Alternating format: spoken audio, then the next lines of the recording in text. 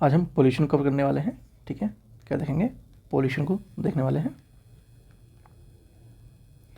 चलिए शुरू करते हैं। आइलूशन की बुक है, जिनको नहीं पता बता दूँ, उससे आप लोग पेज देख के पता लग गया होगा। यानी वायु प्रदूषकों का विश्वसनीय संकेतक कौन सा है, यानी कि वर्ल्ड वायु इंडिकेटर कौन सा होता है? फर्न तथा लाइकेन, हरे शैवाल और लिवर्ट, लाइकेन तथा मांस, या फिर नीम तथा समुद्री शोक। तो ये एक्चुअली में क्या होता है, लाइकेंस और मॉस को ये इंडिकेटर होते हैं। मोटर कार में उत्पन्न प्रदूषक जो मानसिक रोग पैदा करता है वह कौन सा होता है? ठीक है, मोटर जो कार वगैरह चलती हैं, गाड़ियाँ चलती हैं, उनमें एक कौन सा वो जो प्रदूषक है जो मस्तिष्क रोग को जन्म देता है, तो वो एक्चुअली में आपका पीबी है। ठीक है, पीबी है। कार्बन मोनोऑक्साइड एक प्रदूषक है क्योंकि कार्बन जो मोनोऑक्साइड होता है वो एक प्रदूषक है क्योंकि उसमें हीमोग्लोबिन की जो संयोग को करता है। ठीक है, इसलिए प्रदूषक की श्रेणी में आता है। मुख्य वायु प्रदूषक कौन सा होता है? अगर मुख्य वायु प्रदूषक की बात करें तो वो आपका CO है। ठीक है, CO है। मुंबई और कोलकाता जैसे शहरों में प्रमुख वायु प्रदूषक कौन से होते हैं? जैसे मुंबई, कोलकाता, ये आपकी बहुत बिजी शहरों में से शहर होते हैं, और इनमें जो CO2 और SO2 की जो है, या CO, ये इनकी मुख्य प्रदूषक के रूप में देखा जाता है। निम्नलिखित में से कौन सा वायुमंडलीय प्रदूषक नहीं होता है? Hydrocarbons, carbon monoxide, carbon dioxide, या फिर सल्फर डाइऑक्साइड। इनमें से कौन सा वायुमंडलीय प्रदूषक नहीं होता है? तो ये कार्बन डाइऑक्साइड नहीं होता है। हरित गैस यानी कि ग्रीन हाउस गैसेस कौन सी गैसें कहलाती हैं? तो जो हरित गैसें होती हैं वो आपकी क्लोरोफ्लोरोकार्बन, CO2, CH4 और नाइट्रोजन ये कहलाती हैं। ठीक है, नाइट्रोजन ऑक्साइड, तो ये आपका डी ऑप्शन हो जाएगा। कौन सी गैस पृथ्वी पर हरित गृह प्रभाव सर्वाधिक योगदान करती हैं? कौन सी गैसें पृथ्वी पर हरित गृह प्रभाव में सर्वाधिक योगदान करती हैं? फ्रीऑन है, मीथेन है, कार्बन डाइऑक्साइड है, क्लोरोफ्लोरोकार्बन है। तो ये आपका कार्बन डाइऑक्साइड है। ठीक है, मेट्रोपॉलिटन नगरों में प्रदूषक का प्रमुख स्रोत क्या है? रेडियोधर्मी पादप, स्वचालित वाहन, उद्योग, कीटनाशक। ठीक है, जो मतलब सिटी होती हैं, मेट्रोपॉलिटन सिटी होती हैं, उनमें जो प्रदूषण के मुख्य स्रोतों में से मीथेन गैस को माना जाता है। नहीं, मीथेन नहीं, अच्छा यहाँ पे था ना मेट्रोपॉलिटन, हाँ, तो मीथेन गैस नहीं, ये माफ़ कीजिए। स्वचालित जो वाहन होते हैं, यहाँ पे गाड़ियों की संख्या होती है काफ़ी, दिल्ली में देख रहे हैं इस समय फुक का टाइम काफ़ी आ गया है, ठंडियों में ज़्यादा हो जाता है क्योंकि यहाँ पे जो है वो वातावरण में नहीं घुल मिल पाता, ऊपर से बहुत सारी चीज़ें रहती हैं। निम्नलिखित में से कौन सी गैस हीमोग्लोबिन के संयोग कर रक्त में विषैले पदार्थ बनाती हैं? निम्नलिखित में से कौन सी गैस हीमोग्लोबिन से संयोग कर रक्त में विषैला पदार्थ बनाती हैं? तो वो आपका CO है। निम्नलिखित में से कौन सा जीव निम्नकरणीय होता है? प्लास्टिक, पॉलीथीन, पारा, या फिर रबर। ये आपका UPPCS 2014 में आ भी चुका है। तो इसमें आपका जो रबर होता है ये आपका जैव निम्नकरणीय होता है। निम्नलिखित प्रदूषकों में कौन सा जैव विघटित होता है?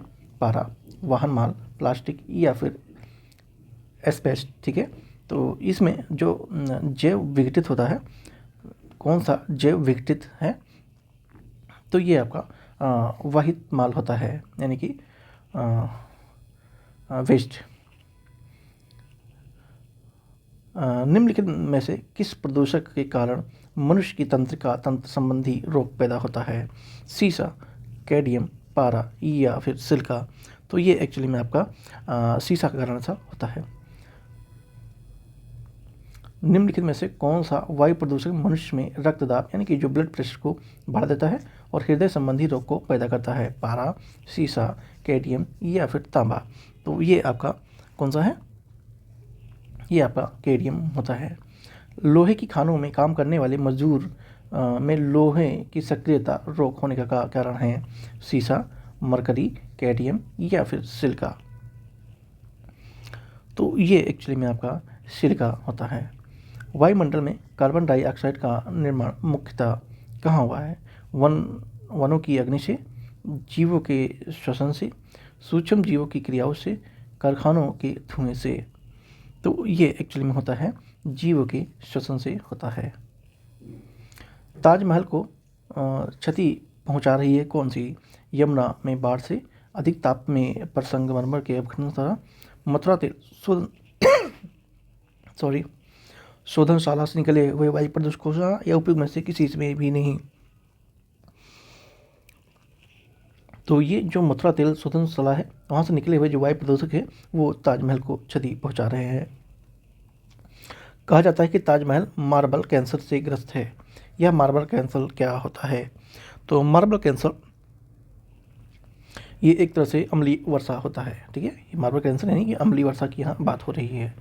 तो यहाँ पे ये ताजमहल में मार्बल की बड़ी संख्या में अम्लीय वर्षा जो मार्बल को क्षरण करती हैं, जी बिल्कुल यही आपका सही है, सी के साथ जाएंगे।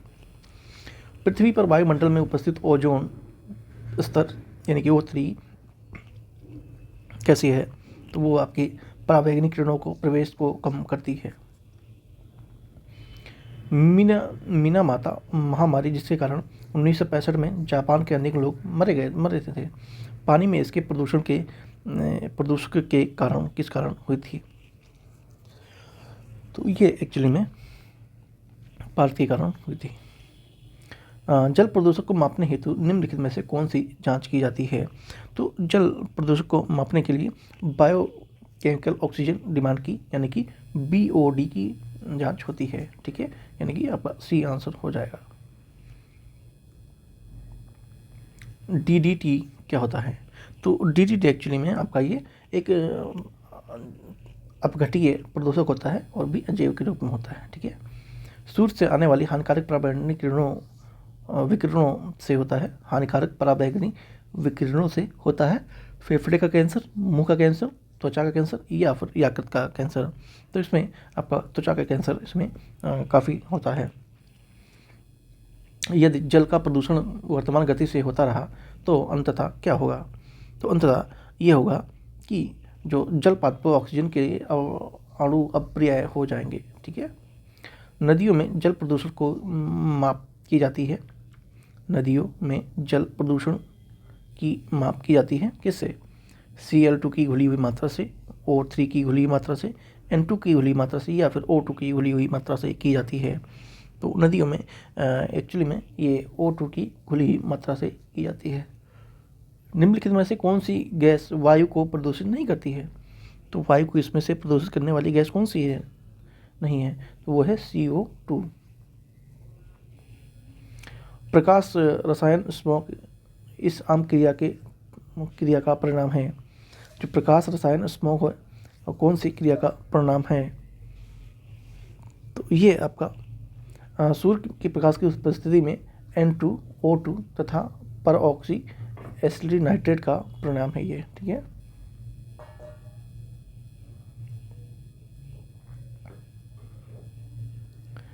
निम्नलिखित में से कौन सा एक वाहन प्रदूषण का भाग नहीं है? ठीक है, तो वाहन प्रदूषण का इसमें से कौन सा भाग नहीं है? तो वो आपका H2 ये वाहन प्रदूषण का भाग नहीं है। ऊर्जा के निम्न के किस रूप में प्रदूषण की समस्या नहीं होती है? तो ऊर्जा के जगह देखें प्रदूषण किस में नहीं होती है? तो कोयला में नहीं होती है प्रदूषण की समस्या। निम्नलिखित में से कौन सा अधिकतम ध्वनि प्रदूषण का कारण है? ठीक है, अधिकतम ध्वनि प्रदूषण का कौन सा कारण है? तो वो आपका जो जेट उड़ानें होती हैं, हवाई जहाज उड़ानें होती हैं, वो जेट फाइटर उनकी वजह से होता है अधिकतम ध्वनि प्रदूषण। वो काफ़ी तेज में ध्वनि को निकालते हैं। राष्ट्रीय पर्यावरण अभियांत्रिकी संस्थान कहाँ पे है? तो ये आपका नई दिल्ली में है।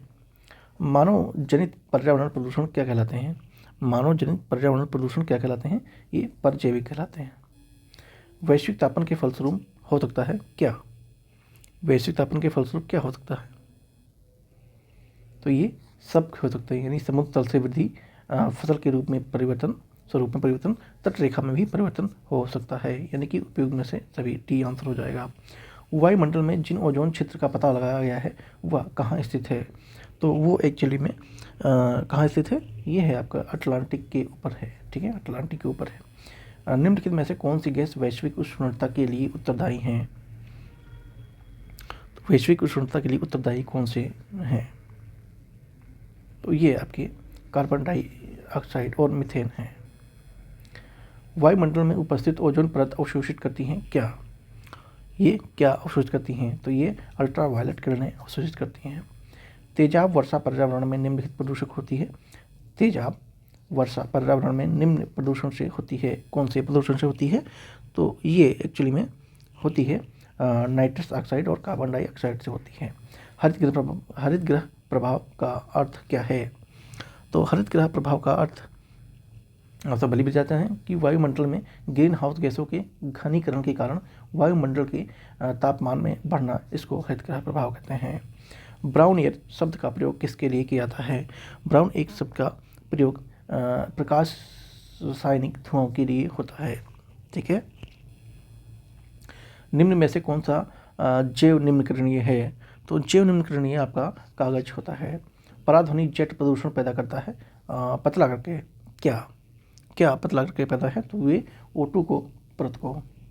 फ्लाई ऐश यानी कि राख वातावरणीय प्रदूषक है जो इसके द्वारा किसके द्वारा उत्पन्न होता है? तो जो राख है वो एक्चुअली में आपका थर्मल पावर प्लांट के द्वारा होता है। फ्लाई ऐश जो छोटे छोटे कण होते हैं वो। निम्नलिखित में से कौन सा जैव निम्नकरणीय प्रदूषक है? तो जैव निम्नकरणीय प्रदूषक की बात करें तो वह का यही होता है वहित मल। पेन यानी कि पैराऑक्सीसिटिल नाइट्रेट क्या है? तो ये एक्चुअली में एक गौण प्रदूषक है। सबसे खराब वायु प्रदूषण उत्पन्न करने वाला पदार्थ कौन सा होता है? अगर सबसे खराब वायु प्रदूषण उत्पन्न करने वाले पदार्थ की बात करें तो वो आपका कार्बन डाइऑक्साइड है। इसके द्वारा जल के प्रदूषण को साफ करने में बायोफिल्टर के रूप में पाइला ग्लोबोसा प्रयोग किया जाता है। तो ये एक्चुअली में केडीएम की तरह होता है। वायु प्रदूषण के फलस्वरूप फुफ्फुस कैंसर से अधिक मरने वाले रोग क्या हैं? फुफ्फुस कैंसर से अधिक मरने वाले रोग पूछा गया है तो वो हैं वातस्फीति हैं। ठीक है, वातस्फीति हैं। उर्वरक में अत्यधिक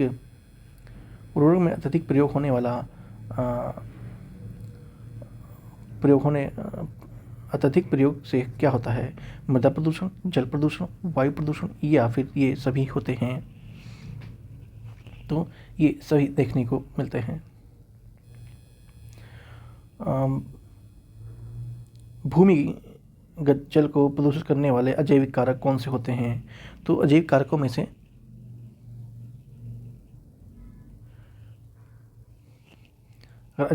से बात करें तो वो आपके कौन से हैं? वो हैं शैवाल होते हैं। ठीक है, क्या होते हैं? शैवाल होते हैं।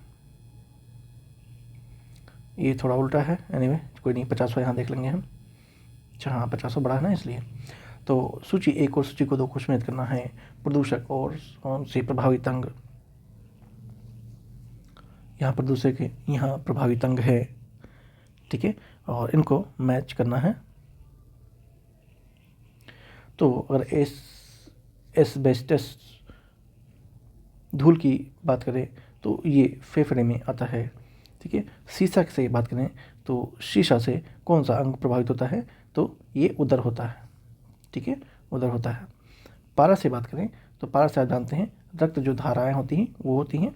कार्बन मोनोऑक्साइड से आप जानते हैं मस्तिष्क होते हैं। तो इस तरह से आप देख लेंगे। ये द्वारा पीसेस में पूछा गया है 12 में।